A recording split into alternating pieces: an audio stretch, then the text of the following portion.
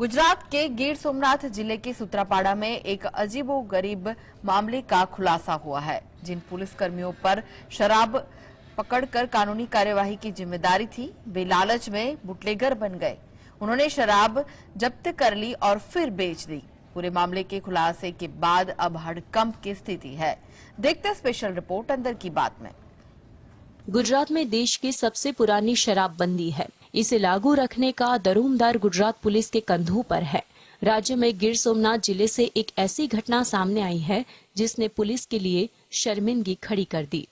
Sutrapada police station के एक police constable और 3 जीआरडी जवानों ने वाहन जांच के दौरान एक कार में मिली विदेशी शराब कब्जे में ली और फिर कानूनी कार्रवाई करने बजाय स्थानीय शराब बुटलेगर को बेच दी। शराब के गोलमाल का यह पूरा मामला जिले के पुलिस अधीक्षक के पास पहुंचा तो उन्होंने जब एक कांस्टेबल समेत जीआरडी जवानों और बुटलेगर के खिलाफ मामला दर्ज कराया है। कोर्ट ने पुलिस कांस्टेबल को 1 दिन के रिमांड पर भेजा है। इसके बाद से पुलिस महकम में हड़कंप की स्थिति है। घटना के 1 हफ्ते बाद 3 जुलाई को सूत्रापाड़ा पुलिस ने नाटकीय ढंग से जीआरडी जवान दिनेश वासाभाई सोलंकी और विजय हमीर भाई कमालिया को गिरफ्तार कर पुलिस ने इन दोनों जीआरडी जवानों से पूछताछ में भावसी उगाभाई बराड़ और सूत्रापाड़ा थाने में कार्यरत एक अन्य जवान की भी संलिप्तता पाई है।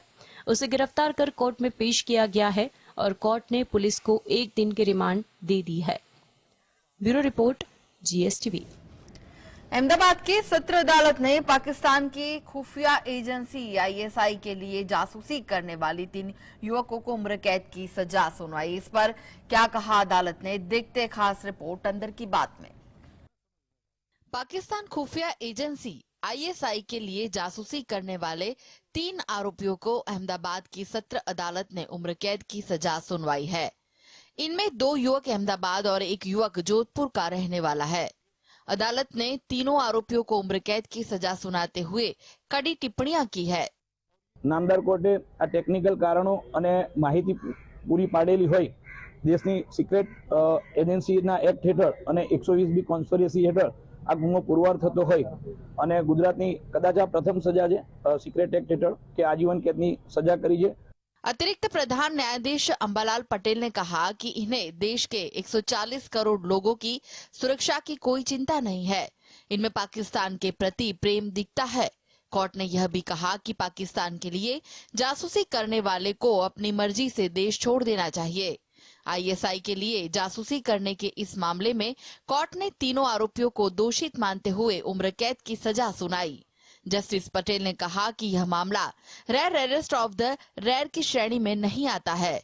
सैन्य ठिकानों से जुड़ी संवेदनशील जानकारी ISI को भेजने पर इन्हें बदले में सऊदी अरब से रुपए मिलते थे। इस मामले में सरकारी वकील भरत पटनी ने बताया कि गुजरात में ऑफिशियल सीक्रेट एक्ट की तरह पहली बार सजा दी गई है। पटनी ने बताया कि सिराजुद्दीन और आयुब अहमदाबाद के जमालपुर के रहने वाले हैं, जबकि नौशाद राजस्थान के जोधपुर का निवासी है। विपक्ष की बैठक में इस बात की भी चर्चा है कि विपक्ष किसके चेहरे पर चुनाव लड़ेगा। राहुल नहीं तो कौन हो विपक्ष का चेहरा? सर्वे में क्या हुआ खुलासा, देखते स्पेशल रिपोर्ट अंदर की बात में। अगले साल होने वाले लोकसभा चुनाव में भारतीय जनता पार्टी को टक्कर देने के लिए सभी दलों को एकजुट करने के लिए बेंगलुरु में विपक्ष की बैठक मिली, जिसमें शामिल होने के लिए 26 विपक्षी दलों को न्योता भेजा गया था। इस बीच इस बात की भी चर्चा है कि विपक्ष किसके चेहरे पर चुनाव लड़ेगा। इस रेस में जिन लोगों का नाम सबसे आगे है उनमें है राहुल गांधी, प्रियंका गांधी, ममता बनर्जी, नीतीश कुमार और अरविंद केजरीवाल। राहुल गांधी को राहत नहीं मिलने के बाद किसे आगे करना चाहिए, इस सवाल को लेकर किए गए सर्वे में सामने आया है कि विपक्ष को प्रियंका गांधी को आगे करना चाहिए। उनके बाद नीतीश और केजरीवाल की स्थिति एक जैसी है और ममता बनर्जी को सबसे कम वोट मिले हैं। सर्वे में प्रियंका गांधी को 33% वोट मिले, नीतीश कुमार को 14% जबकि 10% लोगों ने ममता बनर्जी के पक्ष में वोट डाला।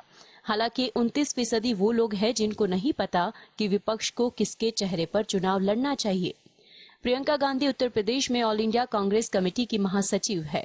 प्रियंका 2004 के आम चुनाव में कांग्रेस के लिए अभियान में शामिल हुई, जिसे राजनीति में उनके पहले मजबूत कदम के तौर पर देखा गया। Bureau report, GSTV। तो विपक्षी एकजुटता को देखते हुए एनडीए ने भी एक सप्ताह में 6 नए दलों को अपने साथ जोड़ लिया। इन पार्टियों का एनडीए के साथ जुड़ने के साथ ही बीजेपी ने राज्य की क्या जातीय समीकरण भी बदल दिया। देखते रिपोर्ट अंदर की बात में।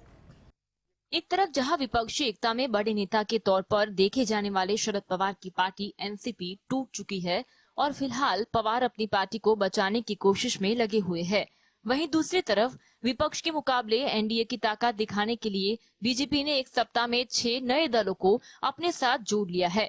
इन पार्टियों का एनडीए के साथ जुड़ने के साथ ही बीजेपी ने कई राज्यों के जातीय समीकरण भी बदल दिए हैं। पटना बैठक में शामिल हुई कई पार्टियों ने दूसरे बैठक से पहले एनडीए का हाथ थाम लिया है, जिसके बाद महाराष्ट्र, बिहार, उत्तर प्रदेश, इन 3 राज्यों में बीजेपी को नए सहयोगी मिल गए हैं। एनडीए में पहले से ही 24 दल शामिल थे। अब नए 6 दलों के जुड़ने के बाद इस पार्टी की दलों की संख्या 30 हो गई है।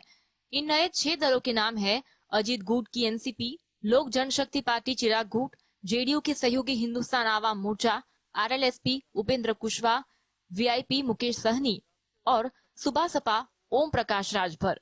दलों के पास फिलहाल लोकसभा में 50 से ज्यादा सांसद है। ऐसी उम्मीद की जा रही है कि ये पार्टियां चुनाव नतीजों के बाद अपने पत्ते खोल सकती है। Bureau report, GST. 26 विपक्षी दलों के नेता बैठक करने बेंगलुरु पहुंचे। 2024 लोकसभा में बीजेपी के खिलाफ विपक्ष के प्लान में सोनिया गांधी की भूमिका महत्वपूर्ण रहने वाली है। विपक्षी एकता की टेबल पर सेंटर में सोनिया। बैठक का सबसे बड़ा संदेश क्या हो सकता है, देखते खास रिपोर्ट अंदर की बात में। विपक्ष की बैठक में पहली नजर में यह सिटिंग प्लान भले ही खास न लगे, मगर विपक्षी दलों के बीच खींचतान को ध्यान में रखते हुए अहम हो जाता है। सोनिया संयुक्त प्रगतिशील गठबंधन यूपीए की चेयरपर्सन रही है। मीडिया रिपोर्ट्स के अनुसार बेंगलुरु में विपक्षी दल कोई मोर्चा गठित करते हैं तो उसकी कमान सोनिया को दी जा सकती है। सूत्रों के हवाले से लिखा कि बिहार सीएम नीतीश कुमार विपक्षी मोर्चे के संयोजक की भूमिका निभा सकते हैं। डिनर मीटिंग के दौरान ममता और सोनिया एक दूसरे के पास बैठे। दोनों के बीच करीब 20 मिनट तक 1-to-1 बातचीत हुई। देश की सियासत में मजबूत पोजीशन वाली इन दो महिलाओं की बातचीत के चलते विपक्ष की मीटिंग में देरी हुई। दोनों नेताओं के बीच संबंध अच्छे हैं, लेकिन पार्टियों के बीच तनातनी दिखी है। अब ऐसा लगता है कि 2024 के लिए मतभेद भुलाकर कांग्रेस और टीएमसी साथ लड़ने को तैयार है। हालांकि खरगे के नेतृत्व में कांग्रेस छोटे दलों की बात बड़े धैर्य से सुनते नजर आई। अध्यादेश के मुद्दों पर आम आदमी पार्टी को समर्थन भी यह संकेत है कि कांग्रेस खुद को टीम प्लेयर के रूप में प्रेजेंट करना चाहती है। Bureau report, GS. हाल ही में गुजरात के अरवली क्रिकेट खेलते वक्त हार्ट अटैक से एक छात्र की मौत के बाद अब राजकोट में ऐसी घटना सामने आई। राजकोट शहर के एक निजी स्कूल में टीचर छात्रों को पढ़ा रही थी, तभी अचानक एक छात्र की तबीयत बिगड़ी और कुछ ही देर में छात्र की मौत हो गई। क्या हुई वारदात, गुजरात में क्यों एक के बाद एक बन रही है ऐसी घटनाएं, देखते स्पेशल रिपोर्ट अंदर की बात में। क्रिकेट के मैदान खेलते खेलते हार्ट अटैक के बाद अब क्लासरूम में छात्र की दिल का दौरा पड़ने से जान चली गई। राजकोट शहर के निजी स्कूल में जब यह घटना घटी, उस वक्त क्लासरूम में टीचर पढ़ा रही थी। छात्र को बेहोशी आई, इसके बाद उसके मौत हो गई। स्कूल की तरफ से छात्र को अस्पताल ले जाया गया, लेकिन वहां डॉक्टरों ने उसे मृत घोषित किया। 12वीं में पढ़ रहे बेटे की मौत की सूचना पर पिता की हालत बिगड़ गई।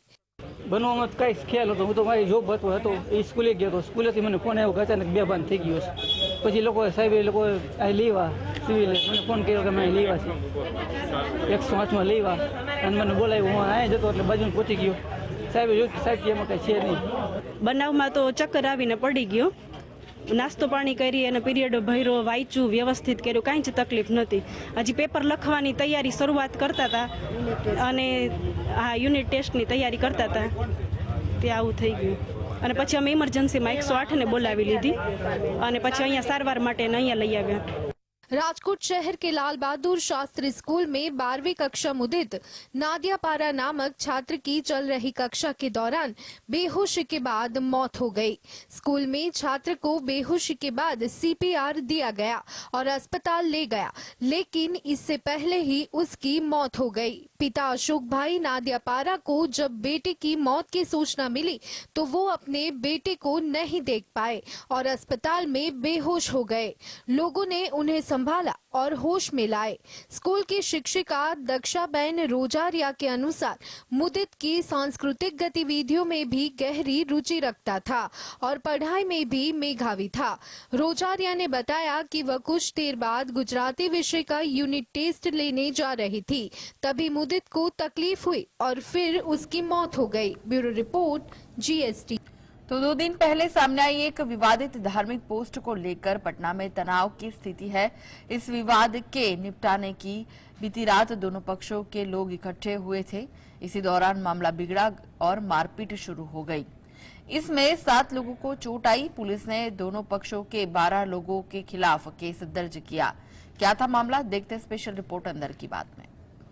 गुजरात के पाटन जिले में सोशल मीडिया पर एक धर्म विशेष के खिलाफ विवादित पोस्ट के मामले को लेकर बीती रात को 2 गुटों में झड़प हो गई। 7 लोग घायल हो गए। सभी को इलाज के लिए अस्पताल में भर्ती कराया गया। स्थिति को काबू में करने के लिए बालिसना गांव में पुलिस फोर्स को तैनात किया गया है।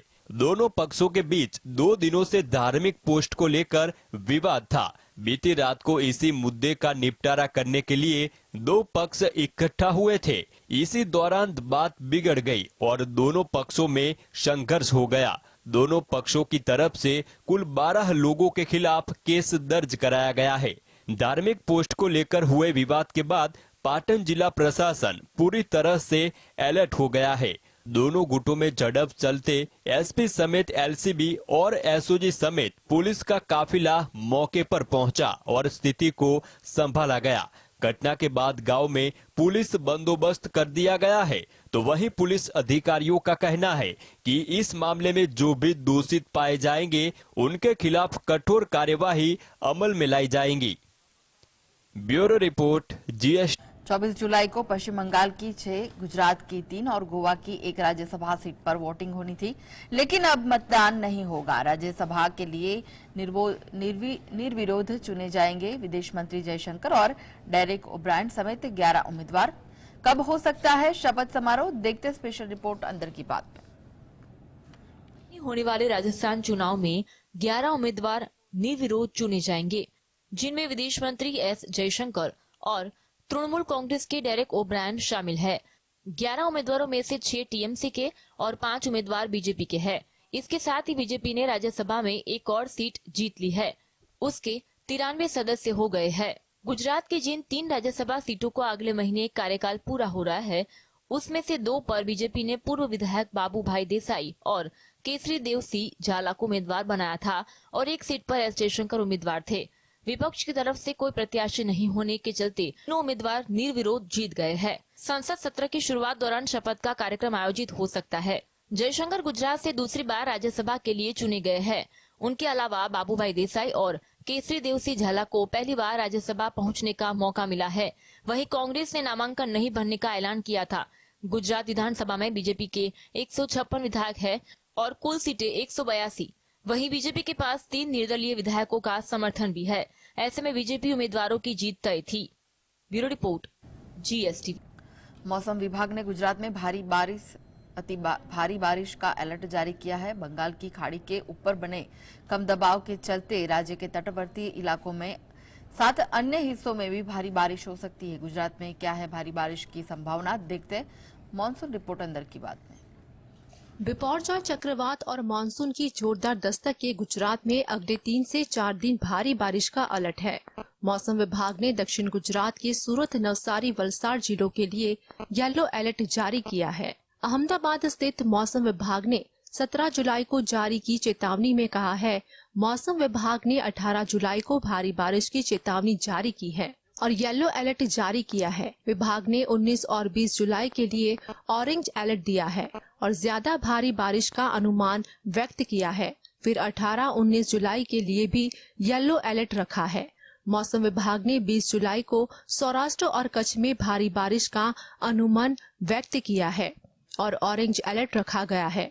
21 जुलाई को बारिश कम होगी, लेकिन फिर इस क्षेत्र को येलो अलर्ट में रखा है। बारिश का यह क्रम 25 जुलाई तक भी खींच सकता है। 3 सिस्टम के सक्रिय होने के कारण गुजरात में आगे कुछ दिन भारी से अति भारी बारिश का अनुमान है। बंगाल की खाड़ी के ऊपर बना कम दबाव का सिस्टम बारिश करेगा। Bureau report, GSTV। दक्षिण कोरिया में पिछले 9 दिन से बारिश जारी है। मौसम से जुड़ी घटनाओं में अब तक कम से कम 40 लोग की मौत हो चुकी है और 34 लोग घायल हो गए हैं। बचावकर्मी भूस्खलन के मलबे में लोगों की तलाश कर रहे हैं। देखते तबाही का मंजर अंदर की बात में।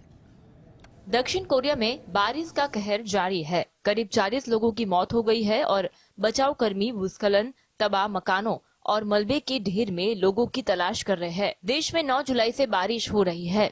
बारिश के कारण भूस्खलन तथा अन्य घटनाओं से कम 40 लोगों की मौत हो गई है।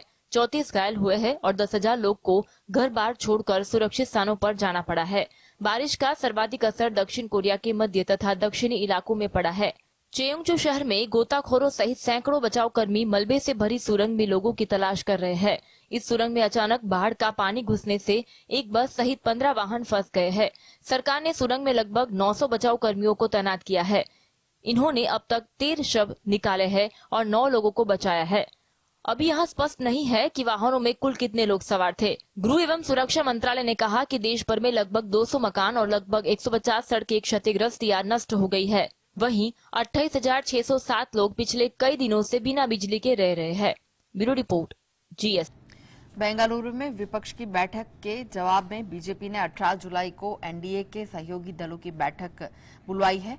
बीजेपी अपने पुराने सहयोगियों को राज्य के छोटे दलों को अपने साथ लाने की कोशिश में जुट गई है। दिल्ली में एनडीए का मेगा शो, कौन कितना ताकतवर, देखते अंदर की बात में। लोकसभा चुनाव से पहले बीजेपी के खिलाफ एकजुट विपक्ष की दिशा में जून में पटना में पहली बैठक हुई थी।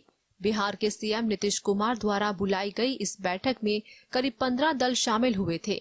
इसके बाद 17-18 जुलाई को दूसरे दौर की बैठक बेंगलुरु में रखी गई। इस बैठक में 24 दलों के नेताओं ने शामिल होने के लिए हामी भरी है। बीजेपी की बुलाई इस बैठक में चिराग पासवान, लोक जनशक्ति पार्टी, रामविलास, उपेंद्र कुशवाहा, लोक समता पार्टी, जीतन राम मांझी, हिंदुस्तान अवाम मोर्चा, संजय निषाद पार्टी, अनुप्रिया पटेल, अपना दल, पवन कल्याण, जनसेना के शामिल होने की चर्चा है। इतना ही नहीं, चिराग के चाचा पशुपति नाथ पारस गुट को भी एनडीए की बैठक में शामिल होने के लिए बुलाया गया है। दरअसल बीजेपी का मानना है कि अगर राज्यों में क्षेत्रीय दल एकजुट होकर चुनाव लड़ते हैं तो इन छोटी छोटी पार्टियों के 5-6% वोट उसके लिए काफी अहम साबित हो सकते हैं। 2014 में बिहार में बीजेपी इस रणनीति में सफल हुई थी। उसने तब छोटे दलों के सहारे राज्य में बड़ी बढ़त हासिल की थी। Bureau report, GSTV। Chirag Paswan से लेकर सुशील मोदी तक कई बड़े नेताओं ने दावा किया है कि एनसीपी और शिवसेना की तरह ही आने वाले समय में बिहार में जेडीयू टूट सकती है। एनसीपी शिवसेना की तरह जेडीयू में भी टूट संभव है। देखते रिपोर्ट में। बिहार की राजनीति में आने वाले समय में बड़ी राजनीतिक उलटफेर होने की अटकलें लगाई जा रही है। एक तरफ जहां 18 जुलाई के होने वाले एनडीए की मीटिंग में चिराग पासवान और बिहार के पूर्व मुख्यमंत्री जीतन राम मांझी को बुलाया गया है, तो वहीं दूसरी ओर चिराग पासवान से लेकर सुशील मोदी तक सबने दावा कर दिया है कि आने वाले समय में बिहार में जेडीयू टूट सकती है। नीतीश के इर्द गिर्द शामिल नेताओं विजय चौधरी, अशोक चौधरी, संजय झा और ललन सिंह का अपना जनाधार नहीं है। विधायकों की संख्या कम है और जितने हैं उनमें से अधिकांश नीतीश के समीकरण के सहारे ही जीतते हैं। नीतीश के पास साइलेंट वोटर्स है। बिहार में अगर भारतीय जनता पार्टी तख्ता पलट की कोशिश करती है तो उसे 122 सीटों का आंकड़ा पार करना होगा और फिलहाल पार्टी के पास सिर्फ 74 विधायक है, जिसका मतलब ये है कि बिहार में तख्ता पलट करने के लिए बीजेपी को 48 और विधायकों की जरूरत होगी। ऐसे में नीतीश कुमार अपनी पार्टी के नेताओं को एकजुट रखने की कोशिश कर रहे हैं और अपने पार्टी के नेताओं और विधायकों के मन की बात को समझना चाह रहे हैं। Bureau report, GSTV। पिछले कुछ सालों में भारत और अरब देशों के बीच संबंध काफी बेहतर हुए। जब से नरेंद्र मोदी ने भारत के पीएम का पद संभाला तब से यह उनकी 5वीं यूएई यात्रा है। पीएम मोदी के बार बार अरब देश जाने का क्या है रणनीतिक महत्व, देखते हैं रिपोर्ट में। भारत के प्रधानमंत्री नरेंद्र मोदी संयुक्त अरब अमीरात का दौरा पूरा कर चुके हैं। प्रधानमंत्री ने अपने यूएई दौरे के दौरान भारतीय रुपए और दिरहम यूएई के मुद्रा में कारोबार करने का ऐलान किया। उन्होंने उम्मीद जताई है कि जल्द ही भारत और अरब अमीरात का कारोबार 85 अरब से बढ़कर 100 अरब डॉलर हो जाएगा। भारत पिछले कुछ सालों में अरब देशों के साथ अपने संबंधों को लगातार गहरा करने की कोशिश कर रहा है। ऐसा करने के पीछे सबसे बड़ी वजह है रूस और चीन के बीच गहराते रिश्ते। भारत में कच्चे तेल के आयात में की बात करें तो वर्तमान में रूस की हिस्सेदारी लगातार बढ़ रही है और ओपेक देशों की हिस्सेदारी घट रही है। रूस से कच्चे तेल के आयात का आंकड़ा सऊदी अरब, इराक, संयुक्त अरब अमीरात और अमेरिका से सामूहिक रूप से खरीदे गए तेल के आंकड़ों से भी ज्यादा हो गया है। भारत और संयुक्त अरब अमीरात का रिश्ता एनर्जी इकोनॉमी और एक्सपेट्रिएट यानी आप्रवासी पर टिका हुआ है। अब फैसला लिया गया है कि साल 2030 तक गैर तेल कारोबार को बढ़ाकर 100 अरब डॉलर तक ले जाने का लक्ष्य पार किया जाएगा। Bureau report, GS।